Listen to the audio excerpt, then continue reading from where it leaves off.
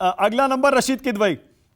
अब रशीद किदवई की भविष्यवाणी, पिछली भविष्यवाणी आपको याद होगी, नहीं तो अभी खुद बता देंगे हम। रशीद किदवई की भविष्यवाणी या उनका विश्लेषण जरा स्क्रीन पर लाइए। रशीद किदवई कहते हैं मध्य प्रदेश में बदलाव होगा, छत्तीसगढ़ में कांग्रेस जीतेगी, वहां बदलाव नहीं होगा, राजस्थान में बदलाव होगा, वहां बीजेपी आएगी, और तेलंगाना में भी बदलाव होगा, वहां कांग्रेस पार्टी आएगी। रशीद किदवई, बिल्कुल उसी तरह का विश्लेषण आपका भी है जैसा विजय त्रिवेदी का है।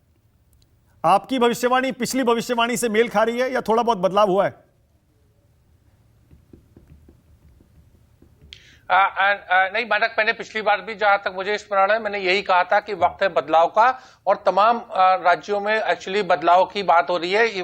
छत्तीसगढ़ में भी, जिसका भी विजय खुलासा भी कर रहे थे कि वहां भाजपा फाइट में, लेकिन उनका शीर्ष नेतृत्व वहां का जो मतलब राज्य के स्तर पे बहुत ज्यादा मजबूत नहीं है, इसलिए थोड़ा सा वो पीछे चल रहे हैं। दरअसल उसकी सबसे बड़ी वजह जो मुझे नजर आती है कि हमारे यहाँ जो राज्यों में सरकारें हैं वो केवल प्रचार प्रसार का काम करती है, जनता के बीच जाके जो काम करना होता है उसका अभाव है। और इसीलिए ये जो लोक कल्याण की, हम रेवड़ी बांटने की बात करें या जन कल्याणकारी योजनाएं जो हैं उस पर बड़ा जोर रहता है। अगर रूटीन में काम नहीं हो रहा है तो फिर ये सब अंतिम समय के ऊपर ये लाडली बहना की स्कीम ला करके या ऐसा करके गेम मतलब चेंज करने के जो प्रयास होता है, मुझे लगता है जनता उसको नकारती है।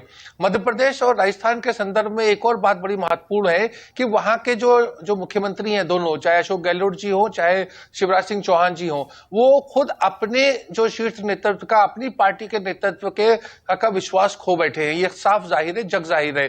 तो जब वो अपनी पार्टी का जब उन्हें विश्वास नहीं है तो जनता उनको कैसे मतलब उन पर विश्वास करेगी या उनको वोट देगी? देखिए, आज जो सोशल मीडिया के जमाने में जनता को सब पता होता है। आज प्रधानमंत्री जब भी मध्य प्रदेश आते हैं वो ना तो शिवराज जी का नाम लेते हैं, ना शिवराज जी की कोई स्कीम की बात करते हैं। अब शिवराज जी ने इतना बड़ा पूरा अपना एक बिल्डअप बना के रखा था कि वो बहुत सारा काम कर रहे हैं, जीवन से मृत्यु से लेकर के जो 16 स्टेजेस होती है जीवन की, उसके लिए उन्होंने कोई ना कोई स्कीम, कल्याणकारी स्कीम चला रखी थी, और उस स्कीम को लेकर के उनके लोग जो थे बड़ी बगले बजाते थे कि बड़ा अच्छा काम हो रहा है।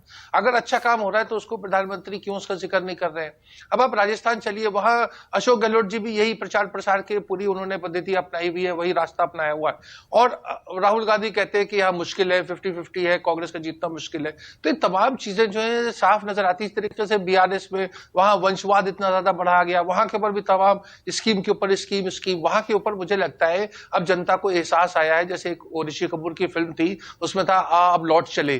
तो कांग्रेस के प्रति जो कांग्रेस पुराने जो 70, 80 और 90 के दशक में जो खासतौर से तेलंगाना के राज्य में कांग्रेस का प्रभाव था, वो वापस आ रहा है और जनाधार कांग्रेस को मिल रहा है। तो कांग्रेस निश्चित रूप से वहां एक हंग हाउस नहीं होगा, वहां एक आपको देखिएगा कि कांग्रेस 65-70 सीटें ला करके अपनी जीत वो करेगी, और जीत से जो है 24 के ऊपर भी बहुत असर पड़ेगा। मैंने आपके कार्यक्रम में कहा था कि 24 में भी मुझे लगता है कि हंग हाउस होगा, पार्लियामेंट होगी।